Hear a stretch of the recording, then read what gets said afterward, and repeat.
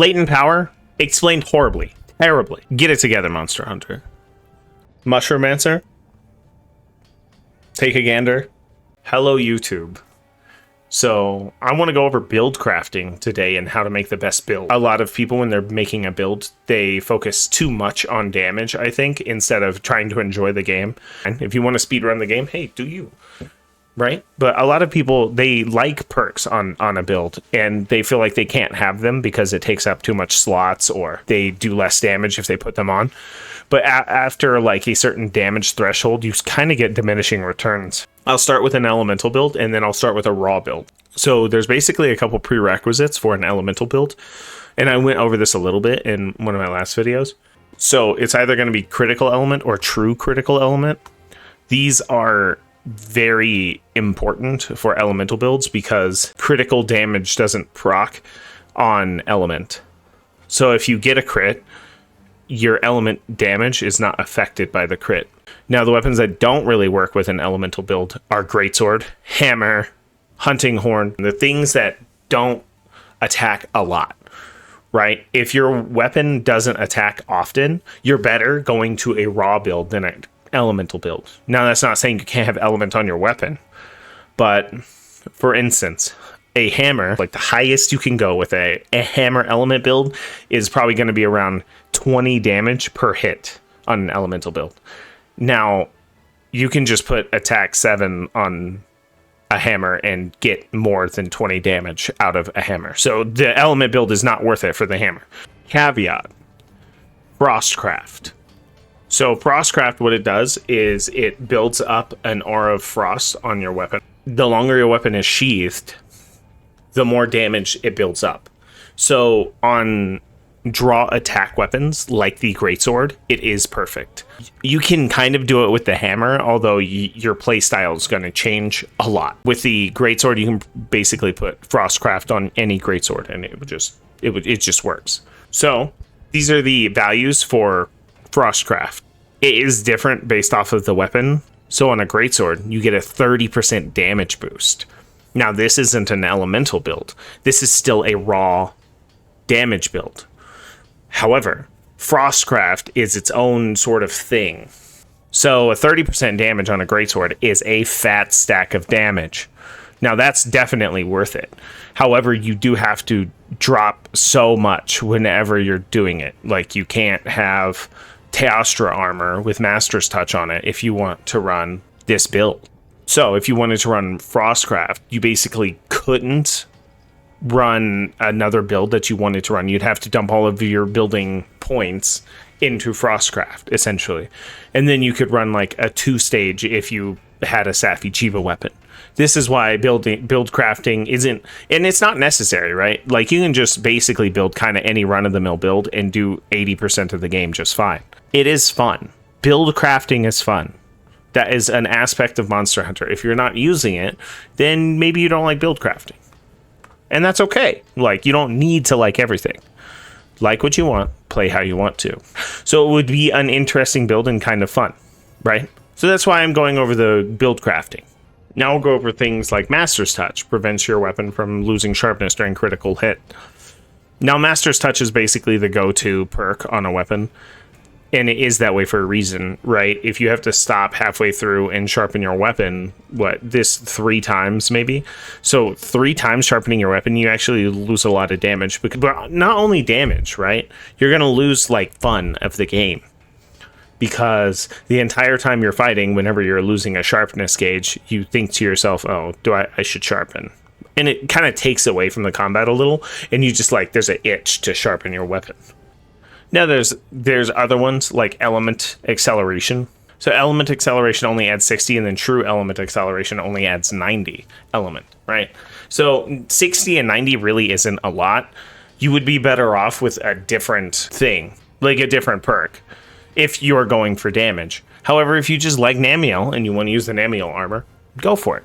Now, a good hack for true element acceleration, which is what a lot of people strive to get on armor, is the Azure Age armor, USJ Ballad of Frost event. So you only have to be master rank 18 or higher, It is a Frostfang Barioth, which is a little daunting, right? Barioth is like one of the worst monsters in this game. So the armor does give you true critical element, and that is a 55% damage multiplier on your light weapons, which if you're building an elemental build, that's all you care about. So you just have to do this quest a couple times, and then not only will you walk away with Frostfang Barioth armor, but you will also walk away with the Azure Age armor, as well as some Frostfang Barioth weapons, which actually a lot of the Frostfang barrier weapons are the best weapons in the game for frost attack, assuming you already have true critical element on your build. Now, if you don't get true critical element via the Frostfang Barioth, the other way is with a Silver Rathalos, which you have to be Master Rank 74. So get a couple of the Kiar weapons. So as you can see, the Kiar Sword Fire has critical element on it. Now, what's so good about this is that you don't have to sacrifice a build for this weapon. That's why they're regarded as the best element weapons in the game, because you can do this and then you can build an entirely separate build with your armor. The game is not all about damage. At the speedrunning level it is, because at a certain level of the game, you just get so good at the game and you do so much damage that honestly, every monster is a joke. But at that level, I don't even find the game fun anymore, so I don't go into that realm. I make a new character around the 250 hour mark, and then I'm done.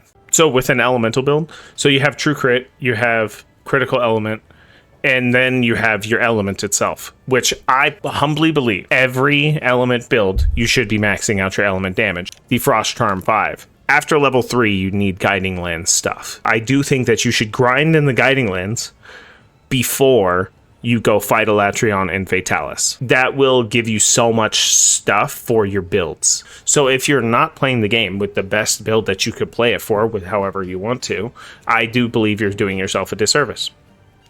Because you could be having more fun. Whether that be having 5 levels of earplugs, 3 levels of evade extender, whatever you want on your build. So try to get an Element Charm 5 for your element builds.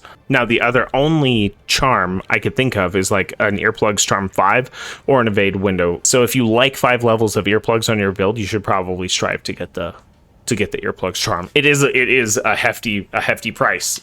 So now I'll go over a raw damage build. So this is how I like to play raw damage. I just like to max out the raw damage as much as possible. I like to see how much damage I can get. And then I spend time grinding the game to get more damage. But once you get 100% affinity on your weapon when the monster is mad, and it should always be mad, if you don't know why the monster should always be mad, I have another video called Why Your Damage is Low. You can watch that one. It'll explain it. It's underneath the Agitator timestamp. Once you have 100% affinity, when the monster is always angry, as many levels of Agitator as possible on your build. I do recommend using the Challenger Charm 5, but it's honestly a pain in the act to get a Challenger Charm 5. So on this build, I have 7 levels of attack boost, 7 levels of Agitator, and 3 levels of weakness exploit, 3 levels of critical boost. The only things I believe that you need on a build are 3 levels of weakness exploit, 3 levels of critical boost, some critical eye to fill in the gaps for you to always be hitting your crits. Beyond that, I think skill matters way more than your build. You cannot change your level of skill, so you can change your build. You can acquire more skill, but you can change your build. So make a build, right? You can go to any build maker online and make one. Now, tools for playing the game. Now I want to go over a website called Kiranico. This website is the best website that I found to learn how Monster Hunter works. Now, you don't need this really, but I think after you spend 300-400 hours in a video game, you might as well. You're already in it. You've already played Final Fantasy VII 8 times in Monster Hunter World. So if you're specifically requiring parts from a monster, go to Kiranico and then click on the monster in Kiranico's like bestiary thing and look at the quests that the monster has in it. So let's say I need Ruin and Nergigante parts, right? So these are all of the quests for Ruin and Nergigante. Now, which one do you think is the best to acquire parts on. These are the quest rewards, and these are the percentages of the quest rewards. So if you're looking to farm something, this is how you should farm that thing. Don't just say, I need Rune and Gigante parts, and then launch a Rune and Gigante investigation, because I guarantee you a Rune and Gigante investigation is not going to give you a great Spirit Vein gem 100% of the time. But you're going to need all of this stuff playing the game. So I highly recommend that you use Kiranico for your build crafting needs. Let's see how much damage defense nullifies, right? So we have 80 divided by 80 plus my defense, which is 1089, equals 0.07. So now whenever a monster attacks me, I only take 7% of that monster's damage. That's how that works. So if a monster deals 1,000 damage, I only take 70. So we'll do 80 divided by 1,223. That's 6.5 damage. So 7.3 minus 6.5, this is general math, is 0.8, right? So 0.8 divided by 7.3, 10% less damage. You can save 10% of your health bar every time you get attacked with 7 levels of defense. Now, to me, that's not really worth it, because either I'm getting one shot or I'm healing from almost every attack late game. So 10% of getting one shot is still dying, and 10% of half my health bar is 60% of my health bar. So it's just not worth it to run defense boost at all. Now, for the large part, resistance is pointless. It does, however, make you immune to whichever blight it causes. It doesn't say that, though. But if I have 3 levels of thunder resistance, I'm immune to thunder blight.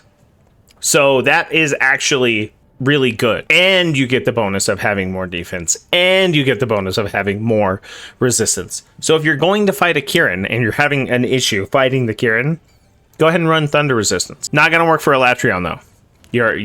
You're crap out of luck on that one, buddy. It's not gonna help you with Raging Brachydios. I could see someone running stun resistance, honestly. Stun is the most annoying aspect of this entire game. Odogaron eating your lunch? Well, just eat a piece of Astera jerky. That's what Astera jerky's for. It's to remove bleeding. Now, we get into other types of builds. So, artillery. Mandatory for the Gunlance. If you're playing the Gunlance, run as many levels of artillery you can. Get the artillery secret. Obviously, if you're playing the Hunting Horn, run 2 levels of Horn Maestro. If you don't, you just failed yourself as a Hunting Horn player. Evade window. This is just generally helpful in every aspect of the game. In most things that produce iframes. I had thought that it worked on the EI slash, but apparently the EI slash doesn't actually produce any iframes. It just reduces damage with the damage multiplier, making you think that you're immune to damage. If you run a thing that can guard, you should have 3 levels of guard at minimum. If you run the support build, the horn is better than the sword and shield. However, if you want to play the sword and shield because it's easier, I do understand that. And then you have your gathering sets, you know. Latent power, explained horribly, terribly. Get it together, Monster Hunter. After taking 180 damage, 2 minutes, this procs. At level 6 and 7, after taking 130 damage for 2 minutes, this procs. Also, after 300 seconds, so 5 minutes, it procs for 2 minutes. And then after 5 minutes have passed again, it procs for 2 minutes again. That's what this is. That's what latent power is. Why they explain it with temporarily increases when conditions are met and tells you none of the conditions? Why? This is really only useful on the fights where you have to break parts. I can see it being used against the Latreon because you have to break her horns. This is fun. This is fun for the hammer. It's a fun time. I recommend if you're a hammer main and you haven't tried stun, ooh, you're missing out. Crisis and Coalescence really go well to each other. If you have Coalescence on your build, you should probably put Resuscitate on your build too. Mushroomancer. Take a gander. How this works. If you see a weapon that has a grayed out element part, it will give you that much of the element on the weapon. Non-elemental boost. This only powers up weapons that have no element or no status. Status is counted as an element in this game. It doesn't say that on there. I don't know why. If you're a lance user, you should be using Provoker for your teammates. Just drink a hot drink. This should be put on basically every build. For heavy weapons, you really need slinger ammo for for most of them. So I'm Raichu. If you like my video, give it a like. If you disliked it, give it a dislike. Comment down below on the other stuff you want me to go over. If you are confused about any of the things in Monster Hunter, or if you just want to like have a better time in Monster Hunter and you're having an issue fighting a Latreon. Y'all gotta tell me what you want. I don't know. Thanks for watching. Enjoy.